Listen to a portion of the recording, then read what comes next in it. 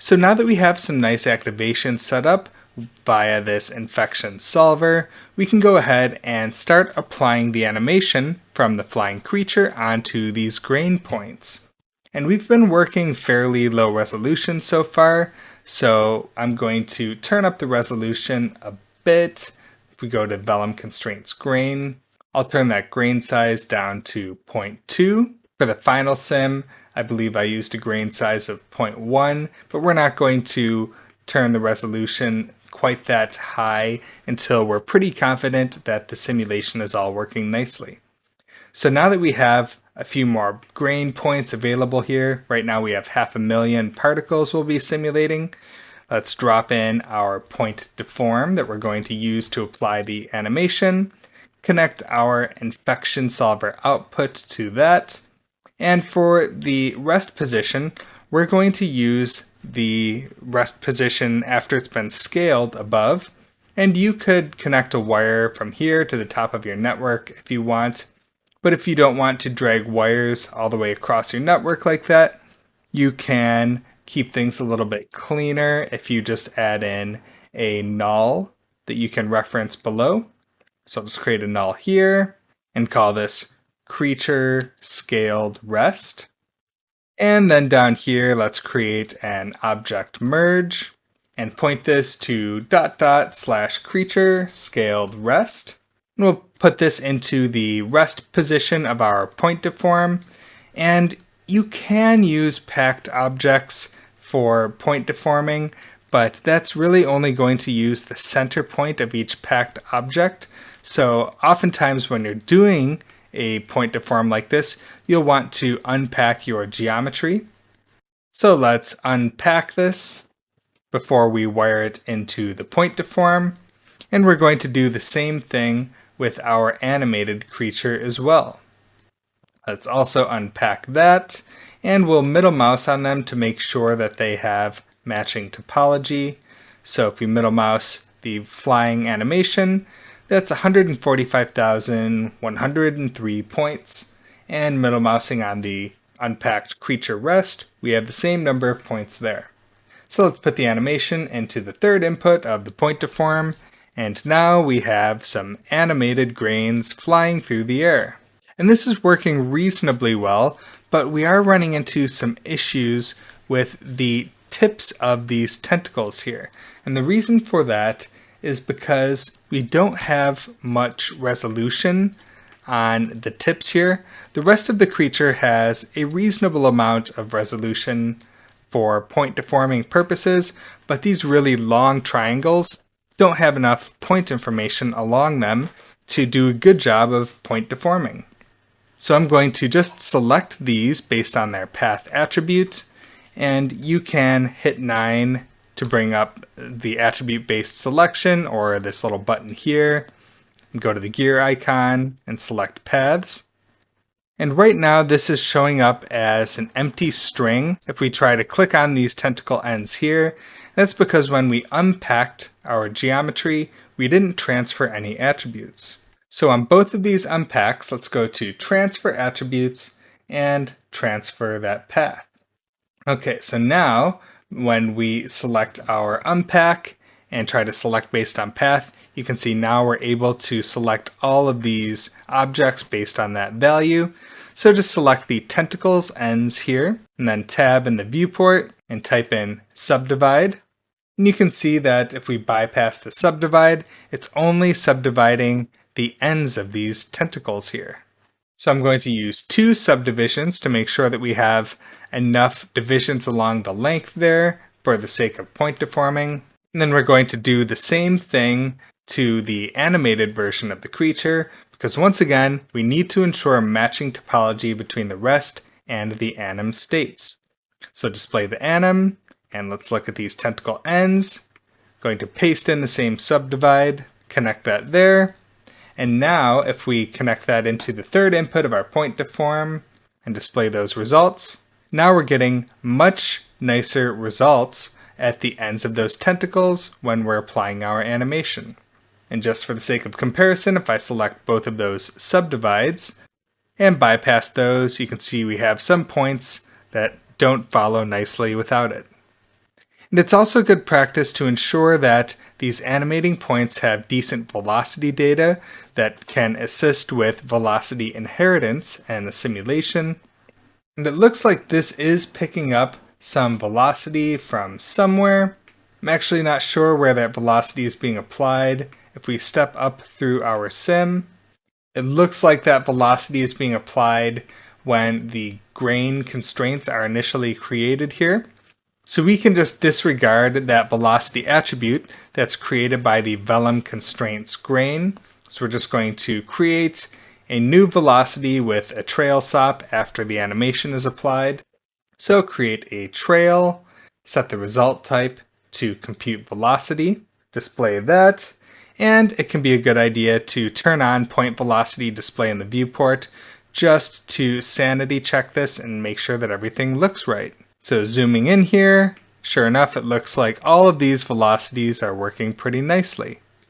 Now we still need to tell Vellum to follow the animation of these points. So let's create another Vellum constraints to force these points to follow this animation. So we'll drop this new Vellum constraints SOP after the trail and set the constraint type to pin to target. The group type will be points. And we don't actually need to select a group because we just want everything to be pinned to its animation. And then scrolling down a bit, under Pin to Animation, let's select Match Animation. And now if you middle mouse on the Vellum constraints here, you can see this is adding this glue to animation attribute that will help to drive this behavior.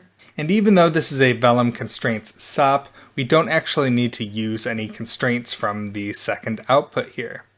And now we have one more step before adding these grains into our simulation, and that's to set the stopped attribute based on the color.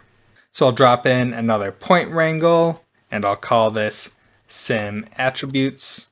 And I'll say if at cd.r is equal to 1, then we'll create a stopped attribute, and this will be an integer, so type I at stopped equals 0. So red means active, so the grains will not be stopped in place. Then else, if the color is not red, then I at stopped equals 3. And if you look at the Vellum attributes in the Houdini help, you can see that there are a whole bunch of attributes here that we can use to override the behavior of the sim. And there's an attribute specified in here called stopped. So if we search for that, here we go. This is pretty important because there are a few different stopped behaviors to be aware of. And as the help doc indicates, it's a standard pop particles attribute as well, but also used and respected by Vellum. And when we set the stopped attribute equal to 0, that means it's freely simulated, not affected by the animation or anything. If we set a value of 1, it can rotate, but only fixed in space. 2 means it can't rotate, but it's free to move around in space. And 3 means that the particle can't rotate or move. And with these Vellum grains, I don't think the rotations really matter very much because we're just going to be rendering them as point particles. But I'm just going to set them to stopped equals 3 so that they're completely stopped with regards to both translation and rotation. So now finally our grains are ready to simulate. I'll drop in a null called grains to sim, and let's pull our DOPNet down here. Connect the grains to sim to the first input, and on the DOPNet let's also change our start frame to 95 because that's when we've started our disintegration activation. And then let's take a look at what this simulation looks like with this animation applied. Now I've only flipbooked a handful of frames here to illustrate the problem with the simulation at this point, and the grain particles are picking up the animation, but they're always glued to the animation and they're never being activated based on that infection activation that we've set up.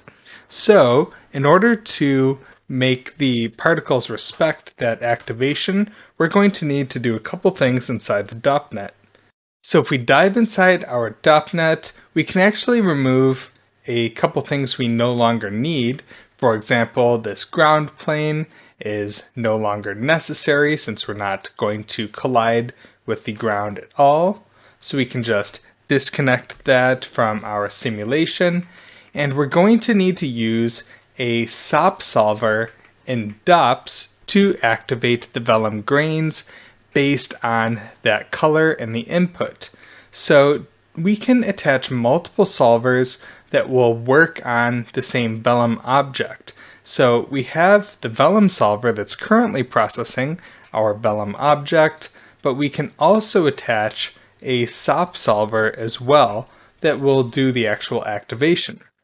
And when we're using multiple solvers to affect the same simulation object, then we need to combine them in a multi-solver. So let's disconnect the vellum solver from the gravity, and let's add in a new multiple solver, and disconnect the vellum object from the vellum solver. Let's connect the vellum object to the multi-solver instead, and then we can connect multiple solvers that will affect this one simulation object. So connect the vellum solver first, the SOP solver second, and then connect that multiple solver back to the gravity. So this vellum object will first be affected by this vellum solver here, and then we'll do extra stuff to it with the SOP solver after this vellum solver is evaluated. Now if we dive inside this SOP solver, we're going to use this to read in the activation color from SOPs and then set the stopped and glue to animation attributes accordingly. So let's first object merge in our grains input. So for this object merge, I'll point this to ... /... and then grains to sim. And this will bring in the actual input that's coming into the DOPNet. And then within our SOP solver here, we have a few different DOP imports that will read in different types of simulation data. In this case, we only really care about reading in the DOP geometry, which will give us the current state of the simulated grains within our DOPNet here. So the DOP geometry are the current simulation grains. This object merge represents the grains that are coming into the DOPNet from SOPs. So we're going to copy this activation color from this object merge onto the current DOPNet grains. And the main reason that we really need to do this is if we exit our SOP solver here, go back to our vellum source, this vellum source is only bringing in that geometry once at the beginning of the simulation. So you can see the emission type is only happening once. This isn't going to continuously read the attributes from the input. This will grab whatever the state is of the DOPNet input at the start frame, but it's not going to continually update the simulation objects based on the input, which is why we need to update these objects manually through this SOP solver. So within the SOP solver, we're going to do an attribute copy, and we're going to copy onto the DOP geometry, so put that in the first input, the object merge in the second, and the attribute copy will default to copying color, which is actually the attribute that we do want to copy, and we don't have to worry about using the match by attribute options since this DOP geometry will match the topology of our input. And then after copying over that color, we can use a wrangle to set the stopped and glue to animation attributes. So in the group here, I'll say @cd.r equals 1, and the group type will be points because CD is a point attribute. And then for all of those points that have a red component equal to 1, we're going to set the stopped attribute equal to 0, and the glue to animation attribute also equal to 0.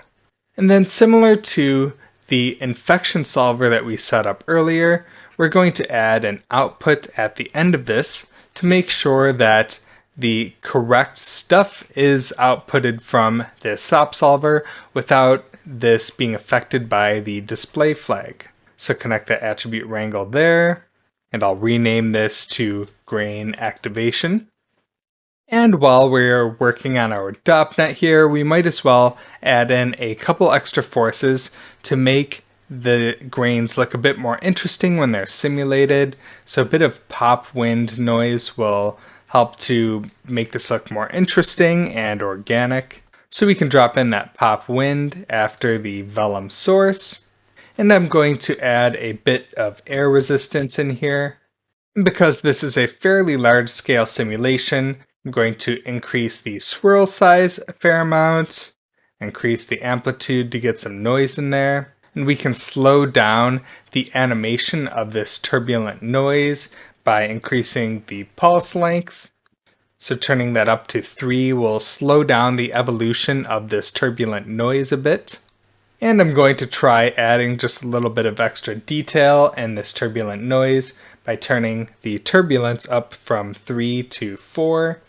And of course, this may take a little bit of tweaking to get the right amount of interesting noise detail that you're looking for. And then finally, for the gravity, we actually don't want this disintegrating creature to fall down to the ground. We kind of want these disintegration particles to float away.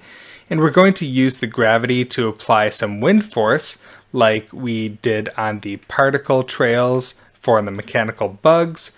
So let's go up to the object level and go to our control null here where we set up the wind direction.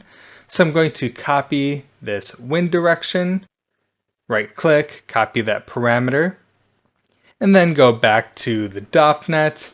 And for the gravity force on our disintegration sim, I'm going to paste that relative reference into the force here. And as we saw before, this relative reference is a little bit messy here. So I'm just going to, once again, change all these to point to the object context instead of being a pure relative reference.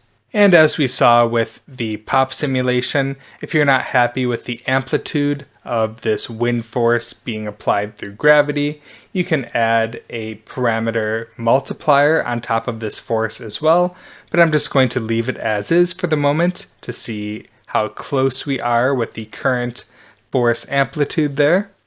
Now I've only flipbooked a handful of frames here because things are a bit broken and not working properly.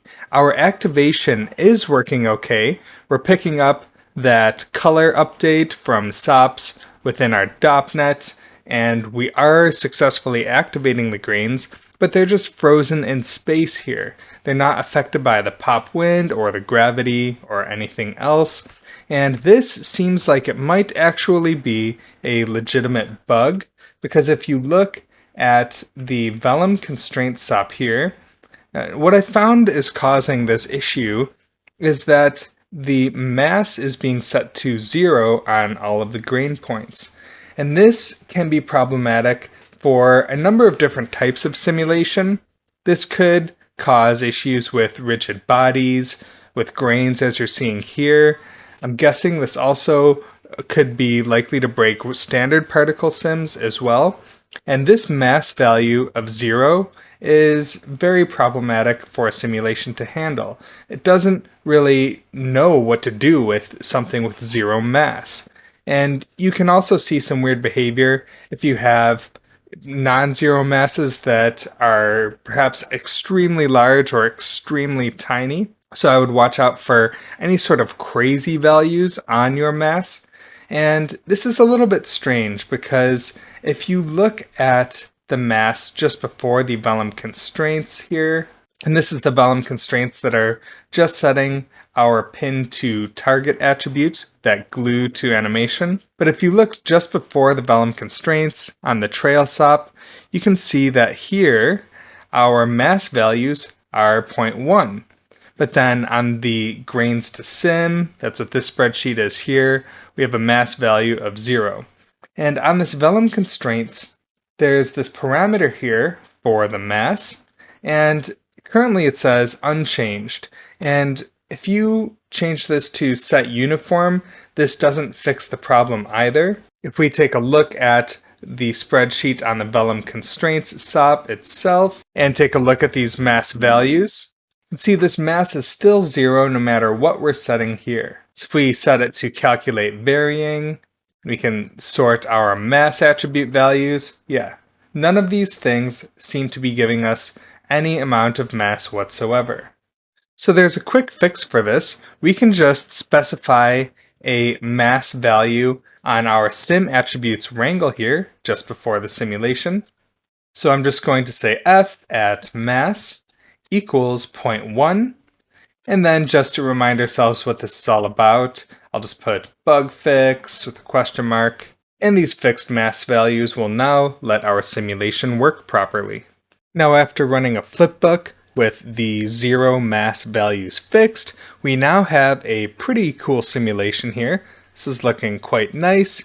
And this is not our final simulation because we will need to rerun this disintegration sim, because so far we just have a procedural noise running through these tentacles, and we're going to use Vellum to do nicer deformable sims on these tentacles soon, and once we do that, we need to rerun our disintegration effects. So there will be more opportunity to tweak and finesse the simulation once we run it with the final animation, but there are a couple things we can look at first, and one of those things is velocity inheritance. And we are also running into some kind of explosive results. In particular, near the body here, we have some grain particles shooting out, and we're going to investigate that as well.